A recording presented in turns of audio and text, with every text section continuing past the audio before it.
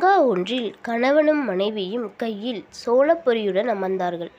மனைவியின் முகத்தை பார்த்தவுடன் அவள் தன்னிடம் ஏதோ பேச நினைக்கிறாள் என்பதை புரிந்து கொண்டு, ஏதாவது பேசணுமா என்றான் கணவன். இல்லை, உங்ககிட்ட ஒன்று கேட்கணுமே என்று இழுத்தாள் மனைவி. கேள், ஏன் தயங்குற? நான் ஒன்றும் சொல்ல மாட்டேன் என்றான் கணவன். மனைவி தயங்கியபடியே, நானும் 1 மாசமாக பார்க்குறேன், சீக்கிரம் வீட்டுக்கு வரீங்க, பசங்களுக்கு பாடம் சொல்லி கொடுக்குறீங்க, அவங்களோட விளையாடுறீங்க, அடிக்கடி எங்களை வெளியே கூட்டிகிட்டு போகிறீங்க, திடீர்னு எங்கள் மேலே ஓவராக பாசம் காட்டுறீங்க, என்ன காரணம் என்று கேட்டாள். என்றைக்காவது நீயே கேட்பாய் என நினைத்தேன், இன்று கேட்டுவிட்டாய் என கணவன் கூறினான்.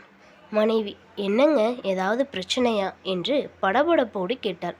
பயப்படாதே, அதெல்லாம் ஒன்றுமில்லை என்று தன் அலுவலக பையிலிருந்து ஒரு பேப்பரை எடுத்து தன் மனைவியிடம் நீட்டினான். புரியாதவாறே மனைவியும் அதை வாங்கி படிக்க ஆரம்பித்தாள். அவள் கணவன் திரும்பி அமர்ந்து கொண்டான். அவள் கண்கள் குளமாகின. அக்கடிதத்தில், அன்பு மகனுக்கு உன் தாய் எழுதும் அன்பு மடல். என்றைக்காவது இது உன் கையில் கிடைக்கும் என்ற நம்பிக்கையில் எழுதுகிறேன். உன் அப்பாவிற்கு மனைவியாக, உனக்கு அம்மாவாக இக்கடிதத்தை எழுதுகிறேன். முழுவதுமாக படித்துவிடு. நேரம் இல்லை என பாதி முடித்துவிட்டு மீதி பிறகு படித்து கொள்ளலாம் என்று விட்டுவிடாதே. உன் அப்பாவிற்கு மனைவியாகும்போது நான் பள்ளி ஆசிரியையாக இருந்தேன்.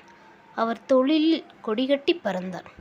திருமணம் முடிந்த முதல் வருடம்தான் கனவு வாழ்க்கை, பிறகு காத்திருந்த வாழ்க்கைதான். உன் அப்பா அவர் கனவை ஈடேற்ற இரவும் பகலும் உழைத்தார். அவருக்காக நான் காத்திருந்தேன். அவர் தொழிலில் பிஸியாகிவிட்டார். நீயும் உன் தங்கையும் தான் எனக்கு துணை. மூவரும் சேர்ந்துதான் விளையாடுவோம். பிறகு நீங்கள் பள்ளிக்கு சென்று விட்டீர்கள். திரும்பி வரும் வரை காத்து கொண்டிருந்தேன். கதை கதையாக சொல்வீர்கள். அதில் பாதி பொய் என தெரிந்தும் நான் ரசிப்பேன். வளர்ந்த பிறகு உங்களுக்கும் என் கூட பேச வேண்டிய விஷயம் இல்லாமல் போய்விட்டது. வெளியில் செல்லும்போது கூட சொல்லுவது கிடையாது. திரும்பி வரும்போது வெளியே சாப்பிட்டு வருவீர்களா, சாப்பிடாமல் வருவீர்களா என தெரிந்து கொள்ள காத்து கொண்டிருந்தேன். இடையில் உங்கள் அப்பாவிற்கு உடல்நிலை சரியில்லாமல் போய்விட்டது. அவருக்கு நேரத்திற்கு மருந்து கொடுக்க வேண்டுமே என்பதற்காக காத்து கொண்டிருந்தேன். பார்த்தாயா, காத்து கொண்டிருப்பதே என் வாழ்க்கை என்றாய்விட்டது. பிறகு உன் தங்கைக்கு திருமணம் ஆகிவிட்டது. அவள் தற்போது வரை எப்படி இருக்கிறாள் என்பது கூட எனக்கு தெரியாது. அவள் முடிவு செய்யும் நேரத்தில்தான் அவளிடம் பேச முடியும். ஏனென்றால் அவளும் அங்கு காத்து கொண்டிருக்கிறாள். நீயும் உன் அப்பாவின் தொழிலை எடுத்துக்கொண்டு பிஸியாகிவிட்டாய். கடந்த 5 வருடத்தில் நீ என்னுடன் பேசும் நேரம் குறைந்துவிட்டது.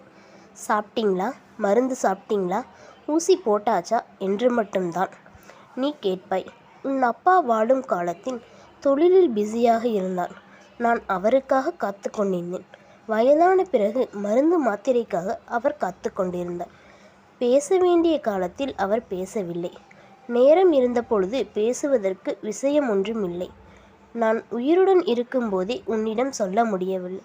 சொல்லியிருந்தாலும் நீ கேட்டிருக்க மாட்டாய். அதனால்தான் இக்கடிதத்தை எழுதியிருக்கிறேன். இதையெல்லாம் என் காலத்தில் உன் அப்பாவிடம் சொல்லி என்னால் புரிய வைக்க முடியவில்லை. ஆனால் நீயோ அடுத்த தலைமுறை யோசிப்பாய் என நம்புகிறேன். உனக்கும் மனைவி, குழந்தைகள் இருக்கின்றனர். உன் தங்கை அப்பா மீது அளவு கடந்த அன்பு வைத்திருந்தாள்.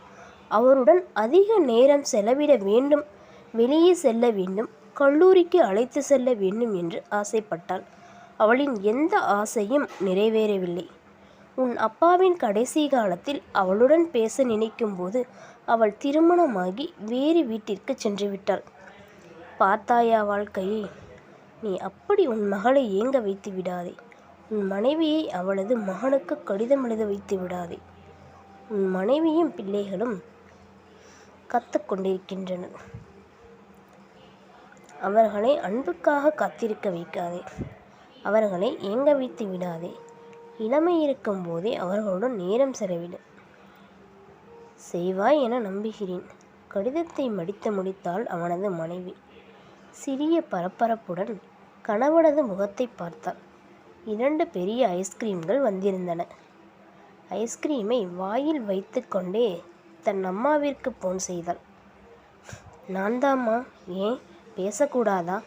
அப்பா என்ன பண்ணுறாரு என பேச ஆரம்பித்தாள். கணவன் சிரித்தபடியே ஐஸ்கிரீம் சாப்பிட ஆரம்பித்தான். இனி இங்கே யாரும் அன்புக்காக காத்திருக்க தேவையில்லை.